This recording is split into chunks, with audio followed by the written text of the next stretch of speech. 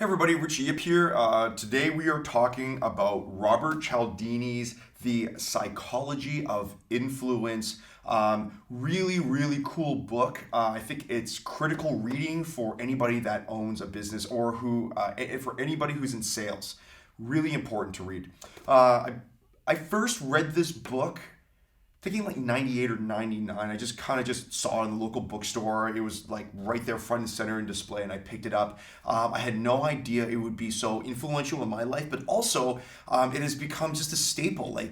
So many business leaders that I follow recommend reading this particular book. So it's actually become quite famous over the years. The very first thing I want to just talk about is how Cialdini breaks down the idea of influence and how people are persuaded into 6 key components. Now, these are tools. And my interpretation of these tools are that it's like a knife, right? It's like a knife. You can use a knife to cook an amazing gourmet dinner. You can also use a knife to saw somebody's head off. Like, you could use a knife for evil things as well, right? And you just want to be aware of that, right? Every single tool, you use a bandsaw, right? There's a utility for it, but as well, there's some safety features, right? There are some safety features, and the book does talk about it. You can use these tools to make your business function to its highest capacity, but you can also use these tools for evil. Furthermore, you can also be weary when people are trying to use these tools on you, right? If you've read this book and if you're using them in your business, it is, to me, it's almost hilarious. It's almost funny, right? When people try to use these tools on me, I almost straight up call them out on it, right? So the very first tool, reciprocation, right? Reciprocation. That's basically when you do something nice for a friend, and then let's say I help you move. Let's just say I help you move, right? In a month, right? In a month, I need to move. I say something like, "Hey, dude, can you help me move?" You almost feel obligated to say yes, and most people do. And that's what Cialdini talks about. There's an impulse.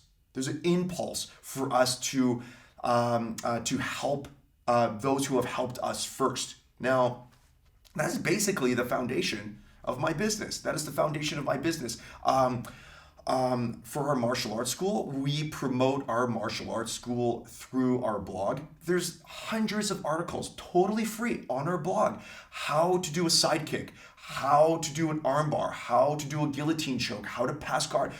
Totally free. We have a YouTube channel with videos explaining, demonstrating how to do very complex martial arts techniques, all for free. Now, you will watch these videos and you'll get, hopefully, if you're into martial arts and you're interested in trying martial arts or doing martial arts, you'll see the videos. You'll be like, wow, this is great value. Yeah, I've already given you something, right? And then when you come into my school, I give every single person that walks into my school a free private, right? Through myself or one of our instructors, they'll give you a free one-on-one private. Most people are totally freaked out when they do martial arts, right? So it's like, okay, don't even worry about it. Come on in, right? We'll guide you by the hand, right? Show you a couple of really simple techniques, right? Show you what martial arts is all about. And as well, we give everybody a free trial. You can come out, you can check out our classes. You don't have to give us any money, right? This is our way of demonstrating how great we are. And then after we've given you all this really cool stuff, we've given you some great value, then we're like, so what do you think? Right? And we'll ask for some money, right? And if you don't think if you think that we don't deserve your money, that's totally cool. But a lot of people come in, they experience the value, right? Through YouTube or through our blog, they experience the value we're giving them through the free trial and through our free private. That, so far it's worked out pretty good. Like we have, 2 schools, we have like 9 instructors right now, we have hundreds of students, so it's worked out pretty well. So that is the Cialdini law of reciprocation. Commitment and consistency. Now, basically, commitment and consistency, that's about if I do this, I'll probably do this again, right? If I run a red light, I'll probably run a red light again, right? If I help a friend, I'll probably help a friend again. So, how do we use that for my business? How do we use that for infighting? Well, the way that we use it, it's very subtle. Basically, when people go and they register for their free trial, for their free private, so they go to our website and they register.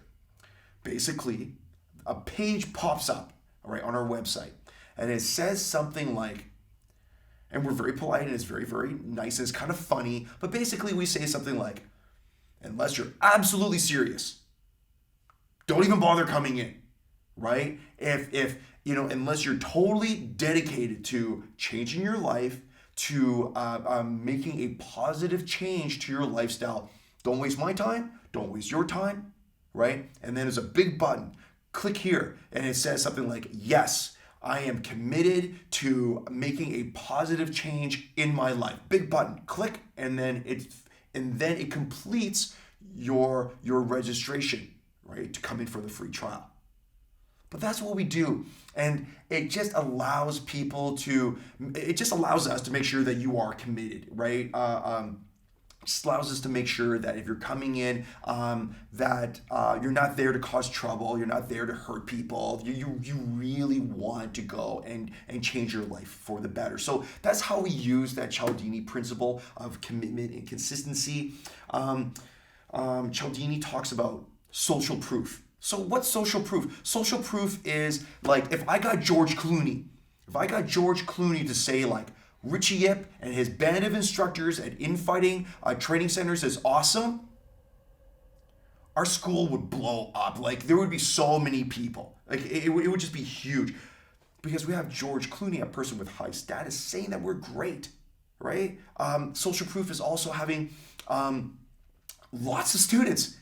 Right? You can't fake that, right? You come in, you check out one of the group classes, and there's 20 other people there.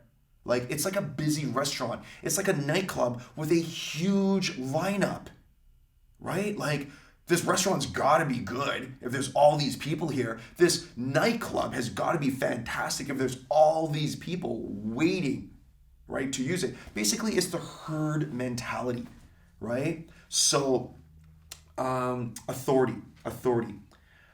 I screwed up. Basically, the authority is really what the whole George Clooney thing I was talking about really meant, right? So Cialdini talked about authority, right?